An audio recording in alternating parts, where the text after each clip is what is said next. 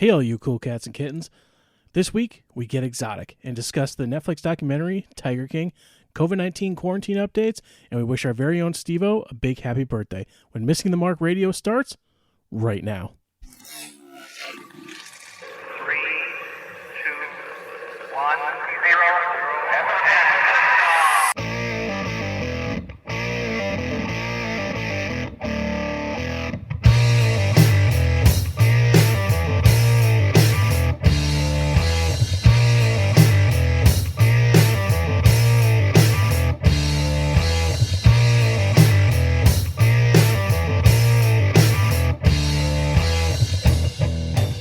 Welcome, everybody, to the most exotic podcast on the internet.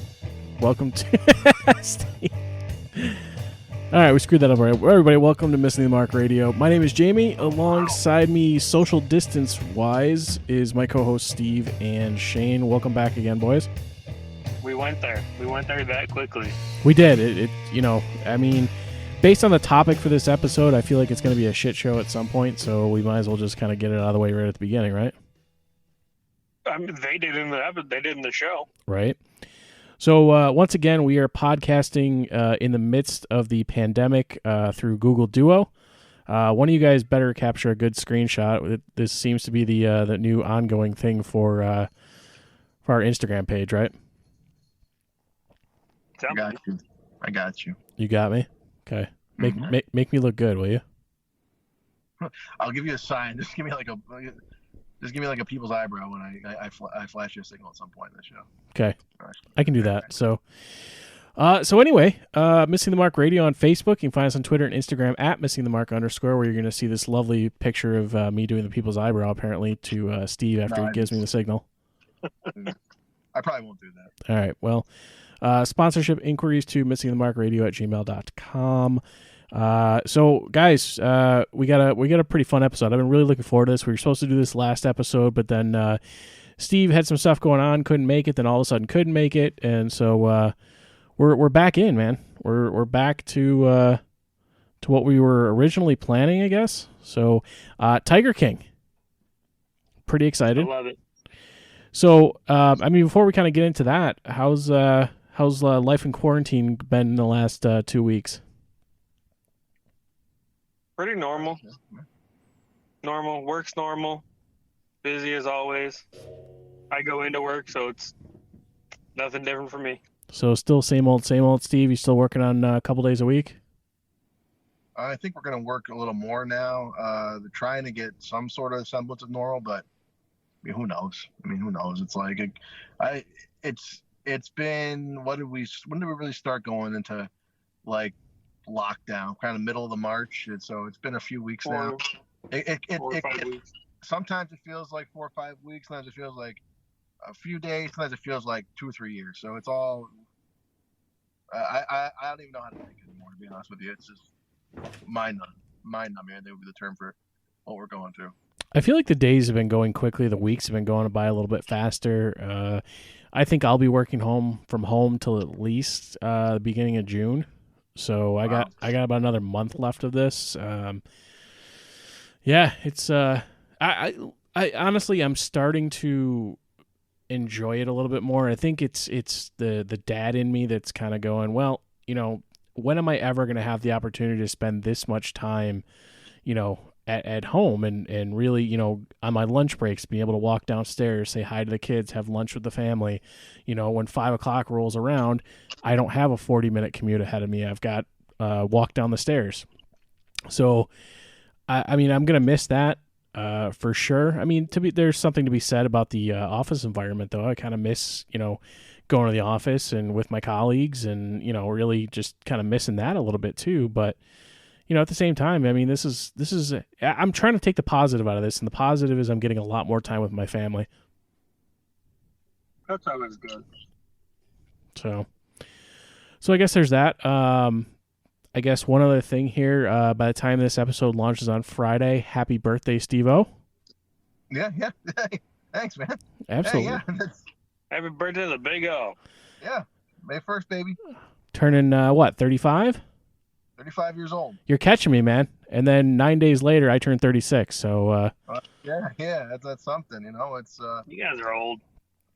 yeah. I think you're only as old as you feel, man. Because it's like, it's funny about as you get older, like the sliding scale of who you consider old keeps going further and further.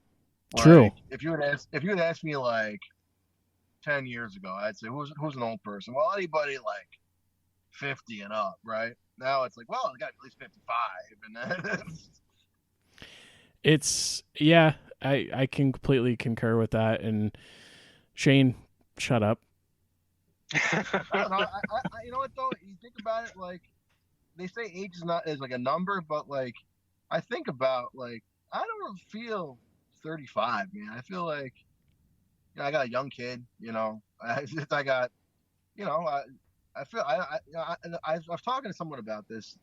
The big thing about like if you think about when you're a baby to like when you're 10, that's a decade of changes every day, pretty much.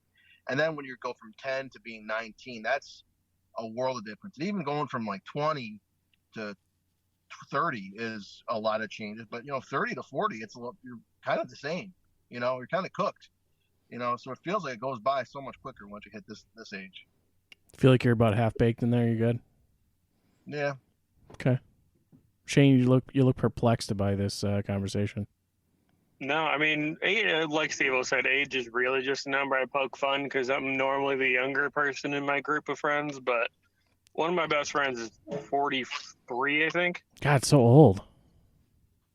No, it seems like it's so far away, but we worked at Verizon together. You remember Randy? Randy Jay? Randy Johnson. Okay. I wasn't going to say it, but now you did, Dick. I mean, everyone that knows me knows he's one of my best friends, and again, he's in his early 40s, and we've been best friends. How did I not know that you and Randy are that close? Like, and with that being said, why hasn't he been on the podcast yet? He's a busy man. He's a very busy man. I feel like he'd be amazing on this. Oh, he'd be incredible on this.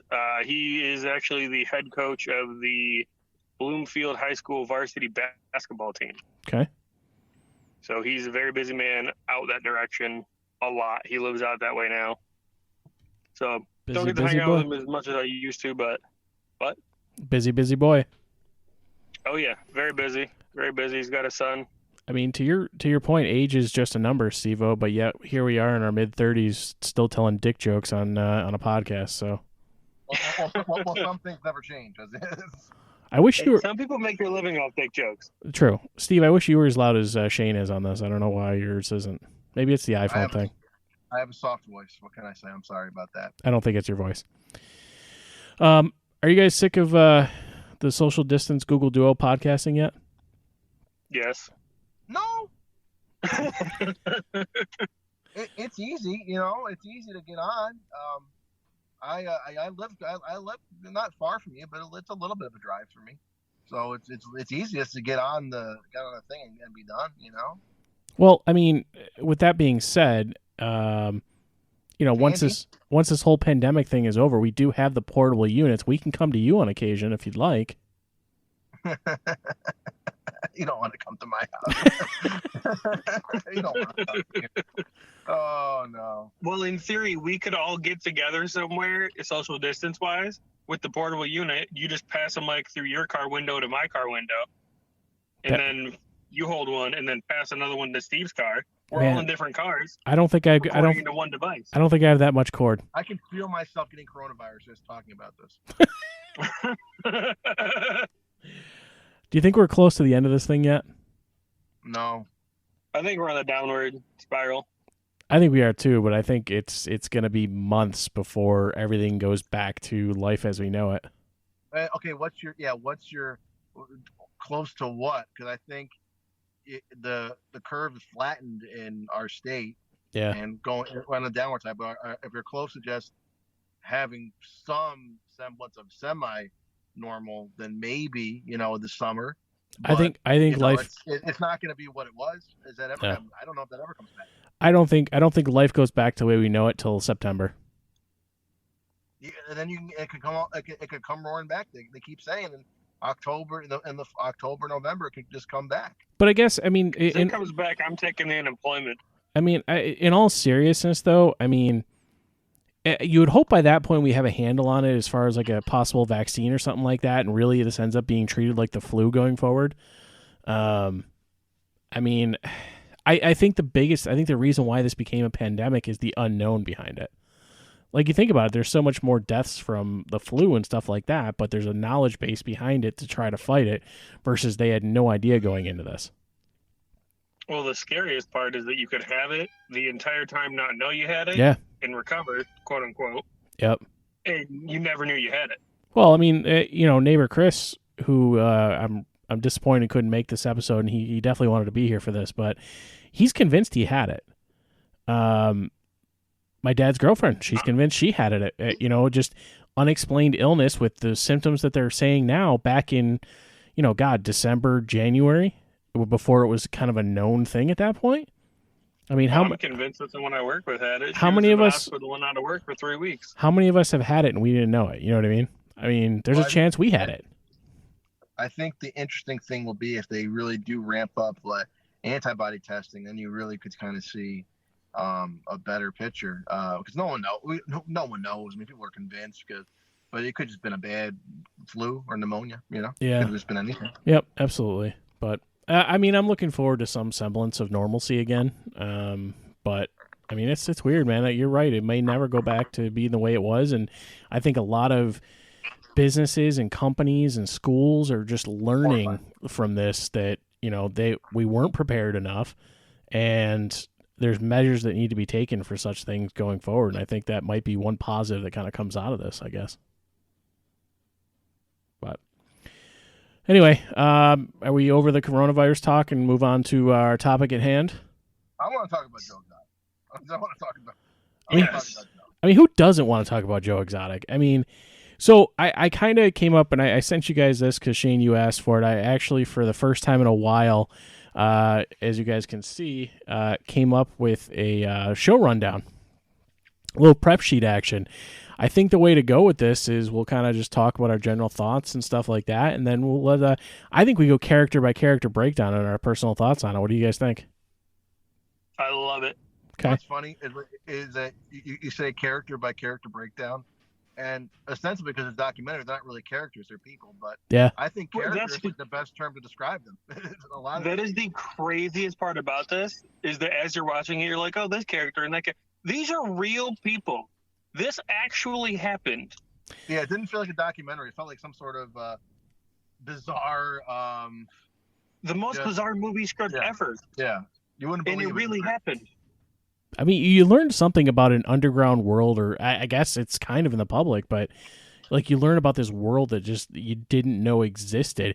And Chris had a really funny thing. Like we were talking about it before, and he goes, how many people in the world that watch this documentary, their biggest takeaway from this thing is going to be that, holy shit, I can actually buy a tiger? Right, for $2,000. I mean, who knew? You could buy a tiger for $2,000. I mean, for your stimulus check, you get a tiger. Right? Put yours and the wife together, and you got a stimulus check. Way to tie it in, Steve-O. Way to tie it in.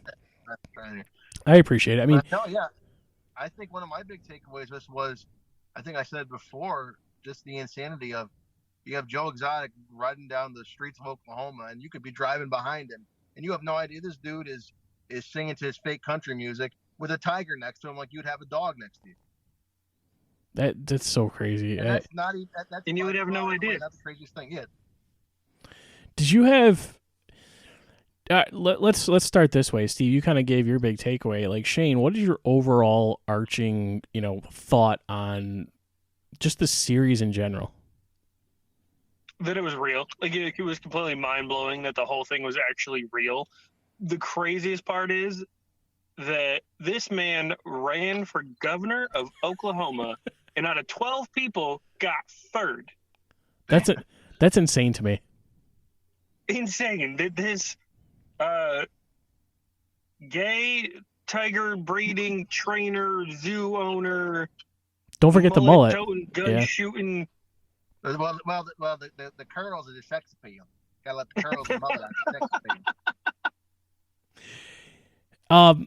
this is probably That gonna was the perfect Joe Exotic impression. catch me a lot of flack, but does this give any indication that the South is still just a little off? Portions of it.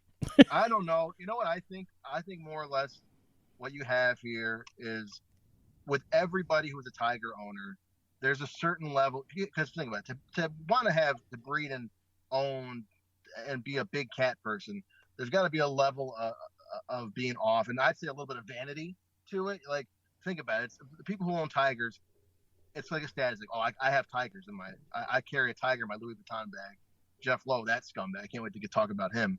But I think it's a vanity and a kind of a almost a pathology. One thing I was to take away to me, we probably won't talk about this one guy. Do you remember maybe the second or third episode? They had a guy who was like the inspiration for Scarface, like a Colombian guy who owned a couple of tigers. Oh yeah, he was out of everyone, he was the most normal person He was on the the most whole normal show. guy, and he was he killed somebody. I do. Yeah, I know exactly what you're talking about. That. So, what? Let's start with this because I think that's going to be the crazy part of it. Is what was the most shocking moment throughout the entire series in your opinion? So I wouldn't say it's the most shocking moment in the series, but something I learned about it, Mhm. and that is that the crocodiles that were in the shed, that building that burned down, Yeah. were owned by Michael Jackson. What?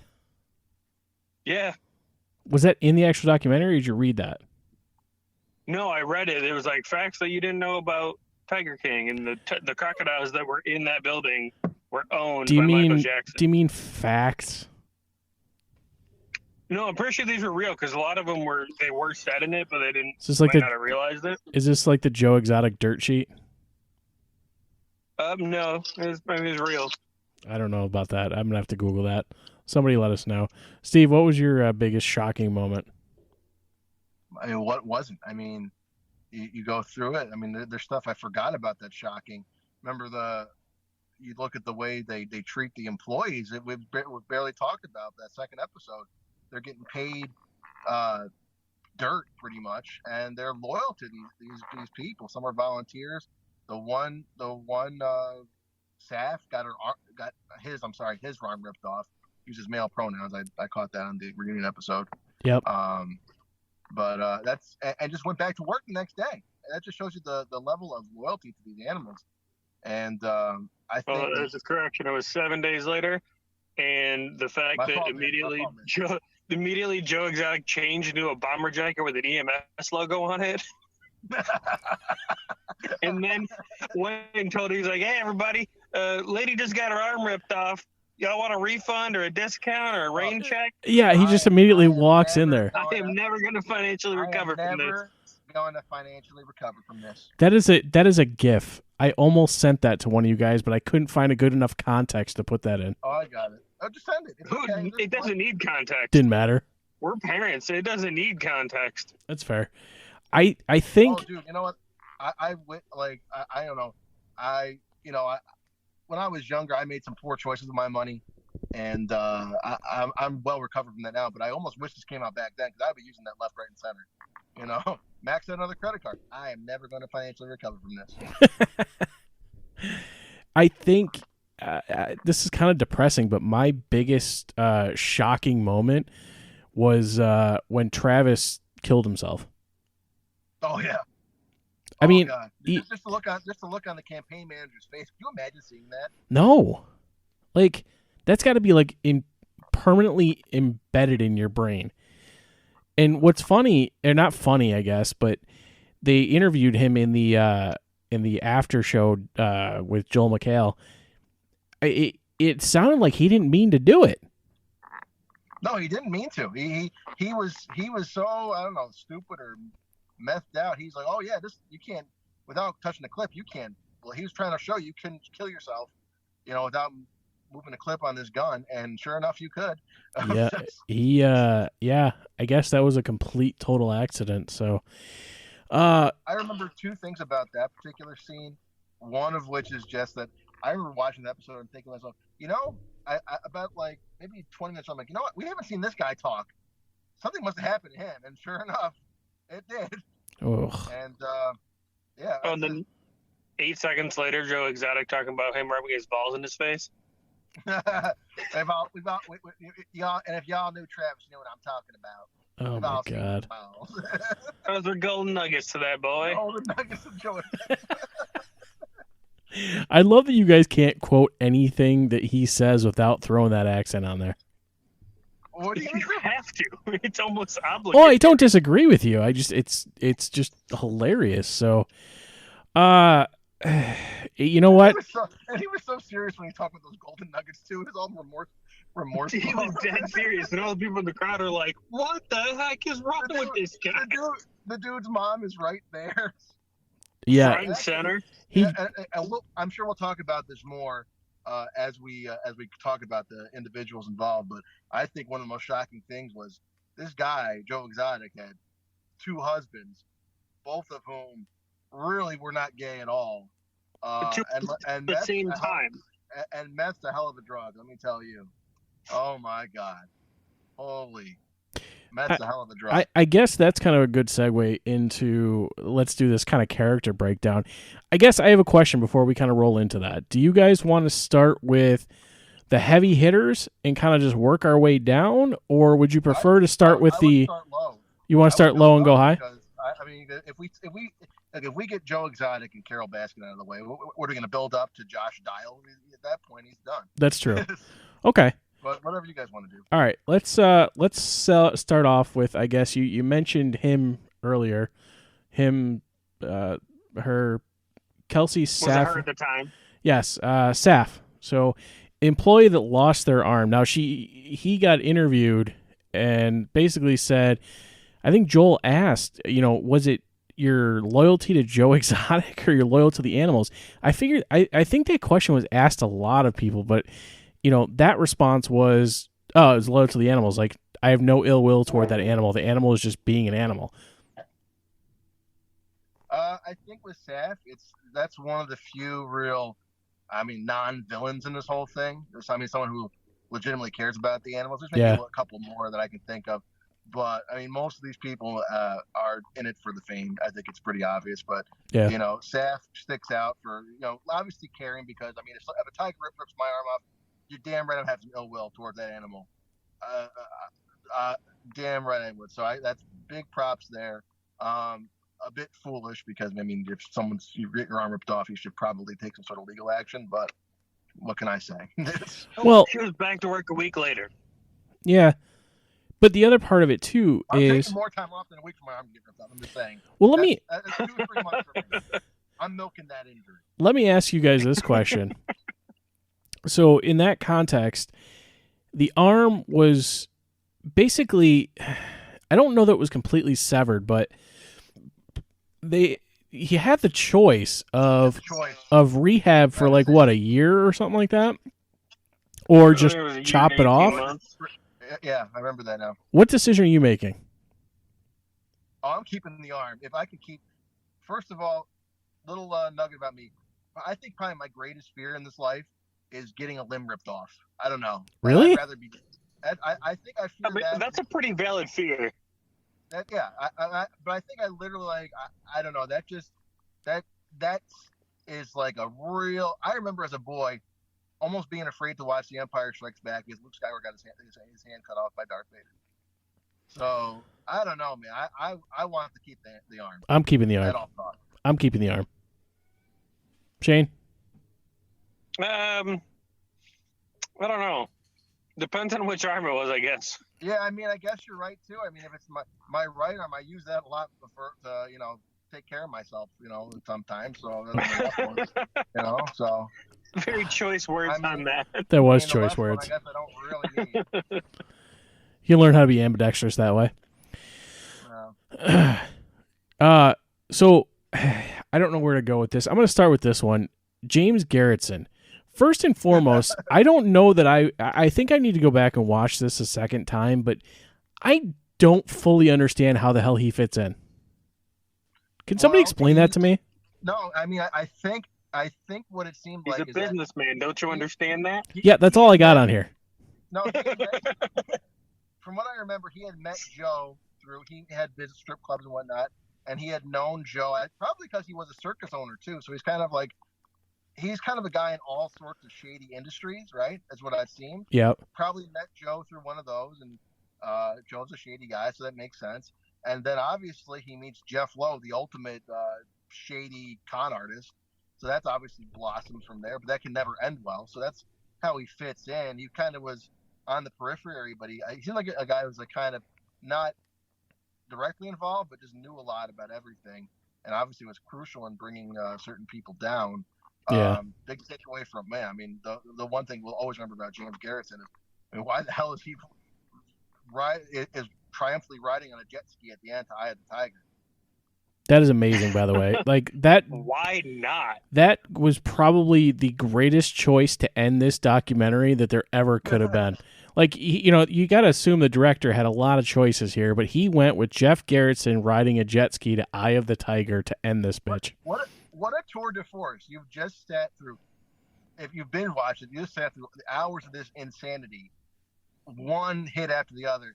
And just when you think you can't get bowled over anymore, here's this dude with Here comes Fat Chucky on a jet ski. He looks like the owner of the Oakland Raiders, puffed up like a balloon on a jet ski. Man. He really does look like he was allergic to bees and got stung. Yeah. That guy makes me look skinny. People are worried about the barbers not being open right now. I'm sure he's not worried. I don't think there's a barber in that town at all. Yeah, I know. These people are all cutting their own hair. He looks like a fat cartoon character. Yeah, he looks like the Chucky doll, like fat. You're right. That's probably one of the best way to describe it. He looks like a fat fucking doll. Sorry, I wasted it. Did you just waste the F-bomb? I don't think I wasted it. I think that was well placed. There's so many quotes from the show that you could have used. Yeah, I think that was a waste of it because we really could. Remember, we're building up, not down. So yeah, I guess you're right. All right, maybe we can slip another one in there. It's fine. Now I can't even say my favorite line from the entire thing. You still will. Don't worry. Man, where to go from here? You know what? I think I want to talk about a feel-good moment here. Probably the one guy who I think is probably the most loyal, the nicest, and probably the most real dude on this thing was John Reinke, the zoo manager, the dude with the prosthetic legs. Oh, yeah, that guy was with him pretty much to the end. First off, I really enjoy the fact that he apparently just works on race cars now. That's like his thing. Really owns the fact that he's got the prosthetic legs. But yeah, I mean, I feel like he kind of went down with the ship almost. You think? I thought it was really one of the kind of the sad points of it all was, if you remember during the trial, he was openly wondering. He'd been with the guy for 14, 15 years. They didn't ask him to testify. I mean, that just shows, and he was the manager of the zoo. That just showed you how far it got from the animals at that point, because they don't even ask the guy who runs the zoo anything. It's got nothing to do with him. Which is interesting because you think he'd have the most dirt to possibly bring up, or was it on the flip side that maybe they didn't feel like he was going to do enough damage? Maybe he thought he was going to kind of look at the positive things of it, you know? Oh yeah. Because he legit seems like a nice guy. Like of all the characters in here, he's probably one of the ones I like the most. I liked him. The people that worked at the zoo, staff was cool. I liked Reinke, and I liked Eric Cowie. He seemed like after a while a good dude with unintentionally hilarious as well in a lot of ways. I agree. The head zookeeper dude there. Man, I'm trying to decide where to go next. What do you think of Doc Antle? Oh my! Nut job. Is that guy just a complete piece of shit or what? So at first, I thought Doc Antle was there to kind of like counterbalance Joe and here's Doc Antle who is doing the same thing as Joe as far as being a big cat zoo operator who's not really the Carol Baskin side of things, but a little like he's got more of his head together. But no, he's as insane as Joe Exotic. He just doesn't seem like he's totally off the rails. At first, he just kind of, as you dig a little deeper, he's just out of his mind. he just kind of like tricks women into like banging him. Well, isn't that something that both him and Joe, are preying on people into whatever sexual proclivities they're into. Both polygamists. Just one happens to be on one side of the on one team, one's on the other. True. Not that there's anything wrong with that. One's convincing the other team to join them. Yeah. Successfully. And using different methods. Doc Antle seems using more of the like you care about these tigers. Joe's just going for the meth. I like that this asshole, like his biggest thing is he's riding in an elephant. Like he's freaking Prince Ali from Aladdin. Yeah, just the You know that elephant was hurting. Yeah, he's compensating, right? Oh, for sure. Yeah. If you ride an elephant anywhere, you're compensating for something. It's the trunk. But because of Doc Antle, my favorite line of the whole series, they're asking all these different people, hey, how many wives does Doc Antle have? Everyone's like, yeah, 8 or 9, and then one guy said like 11 or something like that, and they get to the one guy, the zoo manager, and he goes, I don't fucking care. I love that guy. I really hate his pony. That guy's the greatest because he gave a bunch of no nonsense answers, and that's exactly what they were looking for. It was real. I really hate his ponytail too. Oh, so it's just it looks like from the front he should only have like a small ponytail at most, but it's just so long, dude. He's got the ponytail, and then he's got that stupid little Fu Manchu beard little thing going on too. Like The little soul patch. yeah, dude, how is this dude getting laid? Not only by one, but several women. Because he has tigers. Didn't you figure that out? And to have tigers. The only reason is the tigers. That's it's The one thing that Doc Antle figured out that Joe, I don't think, didn't figure out is, look, Doc has a lot of animals, and you learn early on he is a provider of a lot of animals for movies. So he's got income streams I don't think Joe Exotic has. So he's got a lot of money, and so that's I think helps him out in a lot of ways. that's a pretty valid point. I guess. And he is a bit smarter than Joe still. So, he is. And that's not I saying think, much. able to- it's not saying much at all. But obviously, he's able to skirt some of the legal entanglements that Joe gets himself into. Joe's an idiot. Threatening blow up dolls with Carol Baskin. That's it. Yeah, let's move on. Rick Kirkman, the Joe Exotic TV producer. Do you think he blew up the studio? Do you think he was the guy? No. No, Joe blew it up. Joe blew up the studio. Yeah. Yeah. Blew up the studio. Joe. There was a lot of information in there that could have immediately they'd have been like, we don't need Jerry. You're guilty. Yeah. 8 years. And also, he found out he went to his lawyer and Kirkham.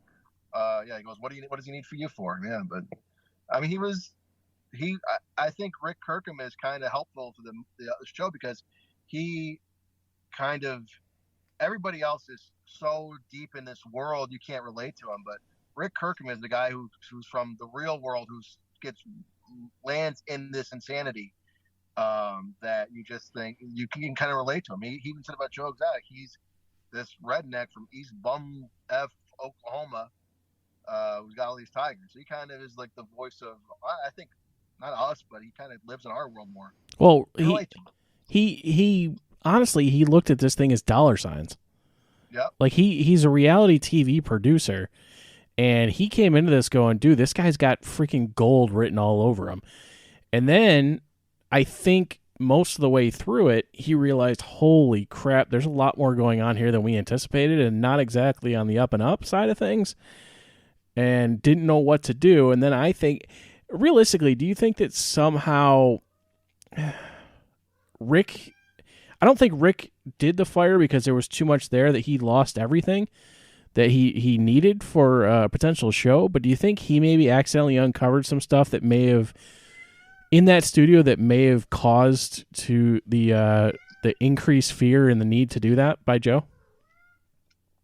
Well, Joe basically was told, hey, I own you by this guy. So I think Rick did a couple things. I think Joe obviously is already totally over the top, full of himself, vain, didn't really care about the Tigers, only himself. I think Rick amplified that tenfold where, got Joe even more starstruck than he was, and kind of you can even at that point. Rick, I think, was the guy that coined the term Tiger King, and there's that part where Joe goes, "I am the Tiger King." He loved it, and I think that just amplified what he was going for, and kind of led to his just being all about himself and self-destructing eventually. I mean, it sucks. It sucks for Rick. He literally got nothing out of this. Yeah, well, I mean, he's got fame now, but yeah, not what he's expecting. But no. Think of it this way: the guy that made the Tiger King documentary I think last name was Good. I think. Yeah. Rick Kirkham could have been that guy years ago. Yep. Right? He could have been the guy that exposed this, and we would have been talking about this 6 years ago. Yeah. Ultimately, I mean, I don't look at him as necessarily a great likable guy, No. but at the same time, like if anybody got screwed, At the same time, was anybody likable? I mean, yeah, comparatively, except for the zoo employees themselves, who you kind of feel for in a way, because they're being exploited as much as anybody. I mean, yeah, Rick's 100%. Rick's Rick's the most. I mean, one thing with those zoo employees, I think it was Eric Cowie who was like, he just like showed up one day and needed a job, and he just gets sucked in this. All of a sudden, now he's no requirements. Now he's a head zookeeper 2 days later. That's the kind of employees they had. So, yeah, I mean, most of them were ex-cons, right? Ex-cons, the people who need and that's exploitation. When you think about it, the guys who need a job just show. I think Reinke said, I just came up to feed a few bears one day, and all of a sudden he's the zoo manager. It's crazy. It is kind of crazy, like how some of these got in here. I don't know why, but apparently every single cat that I own decided they wanted to come and hang out with us during this Tiger King episode. It's fitting. It's fitting. It is fitting. Very fitting.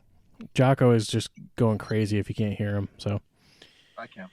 Well, the animal noise kind of adds to the whole thing. What we got going on here? True. It fits right in. Definitely fits right in. So, man, I don't know how to necessarily go about the rest of the characters here, because I feel like to a degree they all kind of tie into each other. I mean, we can start with, do we want to start with Joe Exotic? We got Carol Baskin. We can talk about Jeff Lowe, but then when you talk about Jeff Lowe, you also, but then you also got to talk about Alan Glover at that point, and like, I don't know where to go. I think. Did anybody else find it weird when Alan Glover was being interviewed in a bathtub? Yes. And by the time we got to that, it wasn't even weird. Again, yeah. Once you got to episodes 5, 6, 7, you've just been through so much. Nothing real. If that was like episode 3, yeah, it would throw me off. But then it's like, okay, here we are. Because you watch him prepare the bath, and then he's being interviewed in the bath, and no one bats an eye. He's the biggest, toughest, meanest guy in the show. He's got a tattoo teardrop of implying he's murdered people, and he's just preparing a bath. Look, I hate the fuck.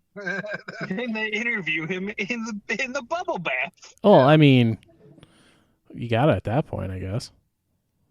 I would say at this point, I mean, I would now, because when you get to Jeff Lowe, Carol Baskin, and Joe Exotic, that's the holy trinity of this whole thing. Oh yeah. So we can kind of talk about whichever one you want at this point. Well, I guess let's start with Joe. So, Steve, you touched on this a little bit earlier, man. He ended up having 2 husbands at once. He had John Finley and Travis Maldonado.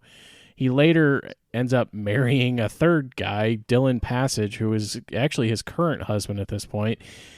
I mean, as you learn kind of through the documentary, like, he not only had one husband, he had 2 husbands. There's a good chance neither one were actually gay. I got to give Joe props for how he got Travis to go to his side of the team when he goes, "Are you gay?" And he goes, "No." Well, you ever watch porn? You like the ones with the bigger, and you're not all that straight. Wow. And for some reason, the guy was like, "Huh, you're right. Yeah. Let's get married." This makes total sense. Dude, meth is a hell of a drug. He was supplying that, and look what people will do for that. Well, they kind of Joe gave him everything he wanted. They did. They kind of insinuated, like, he was almost like he was like the spoiled kid that just got everything he wanted. I mean, look at all the, the 4-wheelers and the drugs, obviously, and Right. He had meth. He had pot. He had guns. He had 4-wheelers. He had anything he could have wanted. He got. Yeah. Because of Joe Exotic. But I guess, if you look at it that way, like, as a straight guy, those things aren't turning me. Like what? So But then again, you got to remember he was 19. okay. But what exactly, I guess, flips in your head that says, all right, yeah, I mean, I got all this stuff. This is cool. I guess I just don't understand. I'm not knocking it. I just don't. I don't understand. Obviously, he was going around the entire park banging every chick that he could. That's true. My opinion, Jamie, you're talking as someone who has never been addicted to a drug like that. No. I think that's going to be the thing that separates it. Very right true. There. And but wow, I mean, you talk about, I mean, Travis, you could talk about 'cause that's just so. And then John Finley, man, you get lost in the teeth. He looks like a The lack of teeth. He looks like a knockoff dollar store version of Batista. You know, it's just, Oh, you saw the memes. I just saw the meme. You saw the memes. Mom, Every meme is perfect. I want Batista. We've got Batista at home. What's funny though, like what I couldn't understand, and he kind of summed it up, I guess, in his post documentary interview. Every single interview, he's shirtless, just sitting in a chair, shirtless, and they're like, "Why did you do that?" Well, I got all these tattoos. I want to show them off. Yeah, but none of them are good. No. And then he gets the worst cover-up tattoo of all time. It doesn't even cover the whole. Well, tattoo. so he commented on that. Still make the whole thing out. He commented on that. It wasn't done. They didn't. It wasn't finished when they never showed the finished product where it does in fact cover his whole tattoo, which said what again? Property of Joe Exotic, something along those lines. I want to say, right? It was like Something like that. Yeah, owned by Joe Exotic. It's weird, and that's like I think that's almost the craziest thing. Here's a guy again he's sleeping with the secretary. He's in his own way. Pregnant. Yeah, he's with Joe Exotic for the drugs, but he still gets this tattoo. I mean, it's crazy. It's a weird Stockholm syndrome I can't explain, but You know what, Steve? I think you hit the nail on the head right there. That's exactly what it is. It's like a Stockholm syndrome. It's just I feel like everyone in that zoo is like you got to get. It kind of got sucked into Joe's world. I mean, and Travis and John got sucked in maybe a literal way, I guess you could say. But everybody kind of had their roles in his world. You're his lover. You're his zookeeper. I can't stop laughing at that. I appreciate it. But even those golden nuggets, man. Those golden nuggets of joy right there. Line of the day. You know what? What speaks to me is you remember the campaign manager we talked about earlier. He was there to be Joe Exotic's campaign manager, which we could talk about that. How here's a guy running for president and governor and giving out condoms with his face on it as a thing. But his campaign manager, you notice he's still there. The campaign's over, but he's still there. They get sucked in this world. Yeah. Joe's gone from the zoo, and he's still there. They just get sucked in. That didn't make any sense. It really, Joe has he has a cult of personality about him. Do you think? I guess this would probably be a loaded question. I want to go with a yes or no at first, and then we can kind of dissect a little bit. And I want you both to answer this. Is Joe Exotic a good person? No. All right, follow-up question. Does Joe Exotic belong in jail? No. Probably not for what he got charged for. I'd say no. He probably should be for what the animal abuse. But those charges never been filed unless they wanted to get him for the murder for hire plot. I don't think. I think he got stood up to a degree. Did he actually try to get that bitch Carol Baskin murdered, or was it just him being a moron saying things out loud and it came back to bite him? Yeah, I think that I really feel like that was it. You can't say stuff like that. He's an idiot. Right. A complete idiot. But that doesn't make him. He doesn't belong in prison for that, though. Yeah, but being a moron doesn't merit prison time. No, well, okay. For him, no. Let's put it this way. He said something like I think all of us have maybe said things we don't mean, and he just says it more and louder. And unfortunately, he has video after video of him, shooting blow-up dolls. He's calling Carol Baskin, threatening to kill her. And listen, bitch, and putting prices on head for information about murdering her husband. So Yeah. Well, I mean, there was All that. you need is some sardine oil. Man. All right, let's oh man, let's move on to the elephant in the room. Carol Baskin. Let's start off with an easy one. Did she or did she not kill her husband and feed him to the tigers? She definitely killed her husband. She definitely fed him to the tigers. She definitely killed her husband. I don't know how she disposed of them. Probably tigers. I feel okay. Man, I'm pretty confident she killed her husband at this point. They haven't found him. I'm pretty confident about that. I mean, they never tested the meat grinder. You know what? I think I was reading online about the show because I was engrossed in it. I think someone hit the nail on the head on why we hate Carol Baskin so much. Well, I'm using we as the audience because there's The no collective. there's no good takeaways about her. Very rare to see anything good said about her. One of the reasons, besides her killing her husband and all that Carol Baskin so hated is because she looks kind of and sounds like a hippie version of Hillary Clinton. Yeah, I could see that. That is very true. She sounds a lot like her, and she almost even looks kind of like a warped version of her. And look, I'll say this: I voted for Hillary. I did it with my nose closed. She's not a likable person. I wouldn't admit that. But Carol Baskin, man. Yeah. Oh, She's so hateable. And you know what really grinds my gears is about her is besides killing her husband, which is definitely she's going after these guys like Joe Exotic and Doc Handle. She's almost doing the same thing herself. She's doing the same thing except she gets free help. Supposedly, the only thing she's not doing supposedly is breeding them. Other than that, everything she's doing is identical. And she did breed them. She had a how-to video on VHS. And she also convinces people to work for her for free. Right. That's to me that's the biggest difference. She's doing the exact same thing. The difference is she got free help and is making all the money. I think it tells you can even tell in this episode, we've been talking about some terrible people, but look how much more animated we are going after Carol Baskin. I think it's just because she's a giant hypocrite. And that's my big thing. Like, she comes off as an activist or tries to come off as an activist, and she's nothing but a hypocrite. She's doing the exact same thing these scumbags are doing. The difference is she's making money. So, you know what? Smarter. With that being said, yeah, she's probably just smarter. Yeah. There's a sliding scale of these tiger owners, which starts at the bottom end being Joe Exotic, Doc Antle in the middle, and Carol Baskin on the top end of it, as far as how they're making out with this. Do you think the crazy part is she didn't have to do any of this because she got all her husband's money? Oh, that's right. That's true. Do you think that? What do you think of Howard Baskin? Is he just a complete submissive little bitch?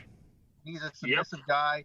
He's a numbers guy. He's almost like her bookkeeper in a way. He's the next one going to the Tigers probably. I don't think so. He's harmless. He will follow her to the ends of earth. Well, wouldn't you? No. If anyone knows what happened to the first husband, it's him. You think he wants to end up in a tiger's belly at some point? So he'll go about. He'll wear the fuzzy tiger suits. He'll kiss her and do the little fur balls and all that, and sing some awkward opera song. Yeah. They're weirdos. Can we just say that? Is it okay to say that? They're definitely weird. They're just weirdos. They're all weird. There's not a normal person in this series. Let's go on to that's where we're heading next. Let's talk about Jeff Lowe. You seem like you got some things. Oh my God, what a shame! I'll say one thing about Jeff Lowe. Look, we all know in Halloween there's gonna be a lot of Joe Exotic costumes. Oh yeah. We know there's gonna be a lot of Carol Baskin costumes. I'm calling Jeff Lowe costumes the sleeper of Halloween 2020. The leather biker jackets, the bandanas, the hats, the Oakleys. I'm telling you. The bedazzled jeans. So he's a giant scumbag. Another guy that gets, I mean, let's be honest, a fairly good-looking wife. Not only that, and babysitter. Yeah, and Nanny. And apparently they're just got an open marriage, and Yeah, the wife. Look, the wife looks good. And let me tell you, man. she joins right she's in. into it. Oh, She's into 100%. She's into it. Is he? I'm a little into her. Yeah. She's got to be crazy, batshit crazy though. Oh yeah. Like, End up with that. That son of a is bitch. he just Yeah. is he nothing but a giant con artist? No, all he- that's all he is. Like, That's what I should have said. I should have said Jeff Lowe, con artist. so you saw the after episode with Joel McHale, right? No, You didn't see. Oh, you should have watched it. It was. I did. I had no Boring, interest in but it's watching that. All right, so Steve, I'll ask you this question then. He kind of came off with I think he asked him, like, are you happy with how you were portrayed in this documentary? He's like, no, it made me look like a jerk or a loser or whatever. I'm going with accurate. I'll say this about it. Think of it this way: he's the only guy who was negatively portrayed that ended up on that reunion episode. Because I don't think he was that upset about how he's portrayed, because it's pretty accurate. He's a bad dude. I mean, I look, you can see the arc. He comes in, and people are wowed by the Ferraris and the presentation, all of which is smoke and mirrors. He gets him to sign on with him, and then he just screws him. Milks it for everything it's worth, and then Yeah. ends up screwing him.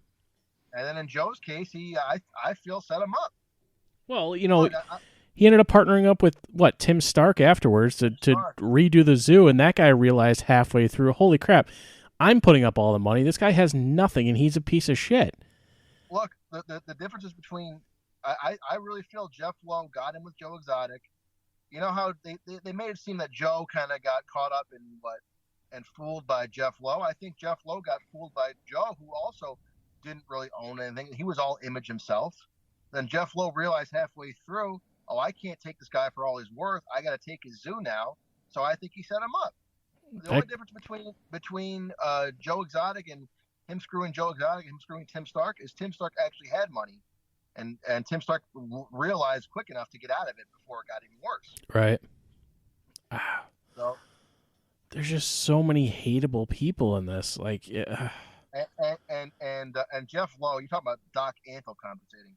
Jeff Lowe is so compensating. He's probably got like how he's got the closet like Ronald McDonald, all the same outfit across the board. So after all this, and I haven't done any internet research on this recently, but who else goes to jail? Joe's not the only one, right? At some point, I don't know. Jeff Lowe's got to be going to jail at some point. You would think so. Alan Glover. I would say put him back in jail. That's hilarious, by the way. I almost think Alan Glover doesn't go because he's too small, small potatoes at this point. Do you think he would have actually went through with it? I mean, Probably. I don't know how they could put charges on Joe and not get Alan Glover in the first place. If he didn't go then, I don't think he's going to go to prison ever. But I don't think so either, really because I think he cooperated enough to where we're like, yeah, no, I told him I'd do it. I took his money and freaking just didn't. I mean, Jeff Lowe and James Garrison, both of the guys who just belong in a federal prison. I mean, not on jet skis, but a federal prison. I don't know. Yeah, I wouldn't doubt that Jeff Lowe goes to jail at some point. This is not over. There will be a part 2. Oh, there's definitely gonna be a season 2 of this. There has to be. I can't wait. There's way too I much cannot to wait. continue on and uncover. I'll tell you what. You know what though? What'll be even more interesting? Let's say there'll be a part 2. I think at some point, and I wouldn't be shocked. Say 10 years. Let's say Joe Exotic gets time for good behavior and he gets out. Yeah. Oh, that'll be a series right there. Oh, 100%. Do The you? first thing he's doing is running for president, and I can't wait. I would love to. I would love to hear our former guest Andrew Jenks do an episode of his podcast about that, because like the way he kind of portrays things, like he really kind of looks at it all angles. I think that'd be amazing too. So I might shoot him a message on that and see if that's in the works, because that'd be amazing. But man, I don't know that one episode is going to do this justice. But I mean, we're almost an hour in already, which is kind of crazy if you think about it. But man, you guys have any overall anything you want to bring up or discuss that we just didn't get a chance to talk about yet? One thing I forgot to mention, as far as like things that were really weird that no one thought was weird by the time they got to him, was when the guy with no legs drove up in that Razor with a skeleton riding shotgun. And just no one, you don't even bat an eye at it. You're like, oh, he's probably just going home. Went grocery shopping. He's good to go. He's going to his trailer on the land because that's how Joe got everybody there. They just like, yeah, we gave him a place to live, and it sounds like they were just Give him a complete. place to live and the expired Walmart meat. And oh, these shrimp are still frozen. Did you hear the one guy say that? Yeah, He goes, oh, these are still frozen. These are edible. the expired Walmart meat going The to. expired Walmart meat pizza. Don't forget about that. This is the best pizza you're gonna be able to get yourself. Oh my God, this is. I mean, I'll just say two more things. I mean, look, we could, like you said, we could do episodes about Joe Exotic. We could do an episode of this show covering every episode of the series, and would be good. Joe, I mean, I think three things that I just think about that we haven't talked about is one. I mean, for all the bad things about him, I mean, think about him making Thanksgiving dinner for those folks every year. Yeah. I mean, there's something there underneath that. I think the vanity just consumed him. And what really struck me in the end, you remember that one part where they show Joe before all this when he was much younger and talking about how, like, the one shot before he became the Tiger King, when he was even saying, these tigers, they have a place to be, and it's not Oklahoma. I think at one point there was a guy that cared about animals with all these people, and then there's the fame and the insanity just consumes them. And it's wild to see what he became. And then just one thing I just love is that there's a guy who of all this, he has this little country music career, which is None of them are him. Yeah, but he, like, come on, man. I almost felt embarrassed. Like, am I like Joe Exotic in the sense that I listen to our shows back? A little bit. No, I mean, yeah. I mean, if anyone is Joe Exotic, it's you. I mean, no doubt. Screw you guys. But I mean, you could look. You would be Joe Exotic if you listened to your podcast back, but it wasn't you on the show. It was someone else you were posing as. Then you would be Joe Exotic. All right, that's fair. And instead of your cat jumping on me in your studio, it was your tiger cub. I kind of want a tiger cub. Joe. Problem. I don't know where you can get one. The problem is they grow up Quickly. Yeah. And let's think about that too. Look, we've been talking about Tiger King for an hour. This is one of the first things we said about the actual tigers themselves. I think the campaign manager at the end hit the nail on the head. All this money's being spent, and none of the tigers don't benefit at all. It's all every single one of them. I think almost every, the big players in this, it's all about stroking their own egos.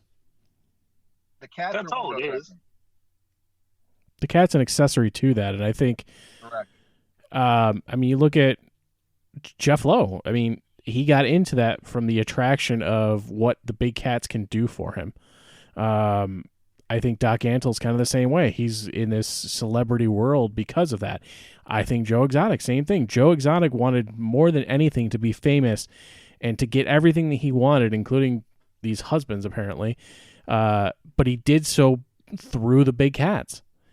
Carol Baskin, like, what is her deal? I think she's same thing. She wants to be famous, but she wants to be famous in that I'm the activist person, and all these other people are doing it wrong and are jerks and aren't looking out for the cats. And again, I think she's looking out for herself. Yeah, I mean, I think Jeff Lowe is the most, you can see the surface. Jeff Lowe is the most direct. He obviously is using the tigers for money and sex, and he makes, there's no pretense there. The other ones, they put on some theatricality and to different levels, act like, with Carol Baskin being, I'm all about the animals and, hey, all you cool cats and kittens and all that. But, Wait till you guys hear the open of this one. Already recorded. Then, I remember watching the first episode, and I knew it was going to be crazy because I was a little late for the game on this. I never thought it would go as off the rails as it did. I thought it'd be 2 episodes, not 7. I was hooked immediately. I want to watch it again because I feel like I'm not getting everything out of it that I could have by watching it once. Oh, It's stuff on rewatch. I've watched it twice, and you I definitely watched- catch stuff you didn't catch before.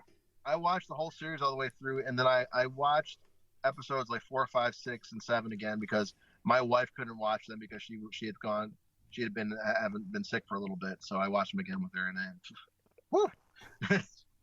Yeah, I can watch it right now.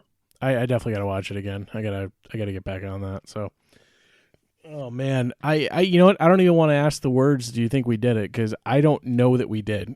I think there's so much more that ultimately we could have touched on, but that would be hours upon hours upon hours of content. And I don't know about you guys, but still working full time right now. I'm exhausted. So do you think we kind of did it? We did as much as we could. Okay. We'll go with that, I guess. So, anything else you guys want to throw in there before we kind of get to the wrap-up stage here? Man. Just what a run. What a run it was. Joe. All right, so let's close this out with something here. Give me one word to describe this documentary series. Shane, start with you. Insane. Steve? Ego. Big cats, big egos. Yeah.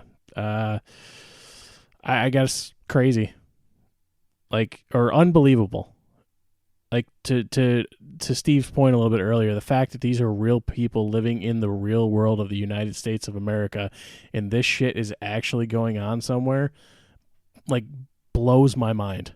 Think about it this way. There's probably someone who owns a tiger closer to you than you think. I have zero doubts whatsoever after watching that.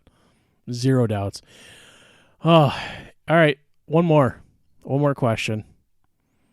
You got to invite one character to dinner in your home. Who is it?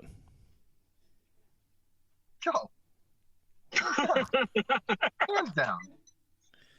I'm gonna go the opposite direction. I'm gonna go with Jeff Lowe. Yeah, come on, he'll steal your dinner. He just wants him to bring the wife. He might bring me a really nice dinner for all I know. If Jeff Lowe brings his wife and maybe a few ladies who like the Tigers as well, yeah, okay, I can go with that. Changing your mind. Because look, I would like for Jeff Lowe to bring his entourage to dinner. So, but if we're just doing one person, because I don't want Joe to bring his entourage to dinner. I don't want Dylan with me at dinner. I don't want John. I can keep those guys at home. All right. Oh man, I don't know, man. This is I can't sum it up. I really it's. Who would you invite to dinner? Good question. You know what? I almost think. I honestly think I would almost go with Rick Kirkham. Only because from a journalistic point of view, I would love to know the ins and outs straight from him. I mean, Joe Exotic would be interesting because it's freaking Joe Exotic. I mean, he's a crazy weirdo. But you know what? It's. I think you said this a little bit earlier, but it's amazing that all of these big cat, quote unquote leaders, it almost became cult like with the people that were involved. I mean, the people that lived there, and it is. They're all cults. Even his, all the people that worked at the zoo, his husbands, like everything. Everybody seemed like they were under the control of Joe.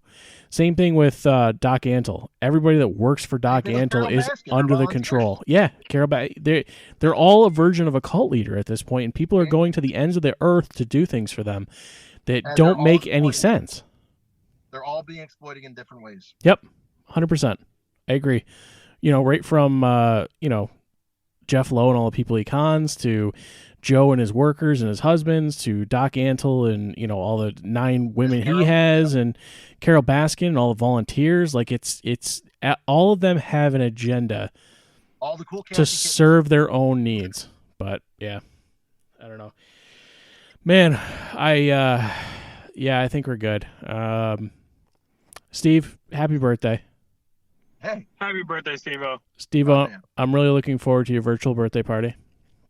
Yeah, no, it'll be interesting. It'll be fun. Man, all right. My mind is blown. I think I'm ready for bed now after all this. Go watch Tiger King. Nah, I'm okay. gonna go watch it again. I might. Anyway, Missing the Mark Radio on Facebook. You can find us on Twitter and Instagram at missingthemark_. Email us missingthemarkradio@gmail.com. We'll be back with 2 weeks. I'll talk to you guys off air, but I think I have an interview set up for the next episode, which will be kind of fun. We'll probably again have to do this Google Duo style, but we'll get something a little bit different. It'll be a little fun. I'm about ready to interview somebody again. So That'd be cool. anyway, I think that's about it. If you guys don't have anything else, I guess make sure you subscribe wherever you get your podcasts, and we will see you again in 2 weeks.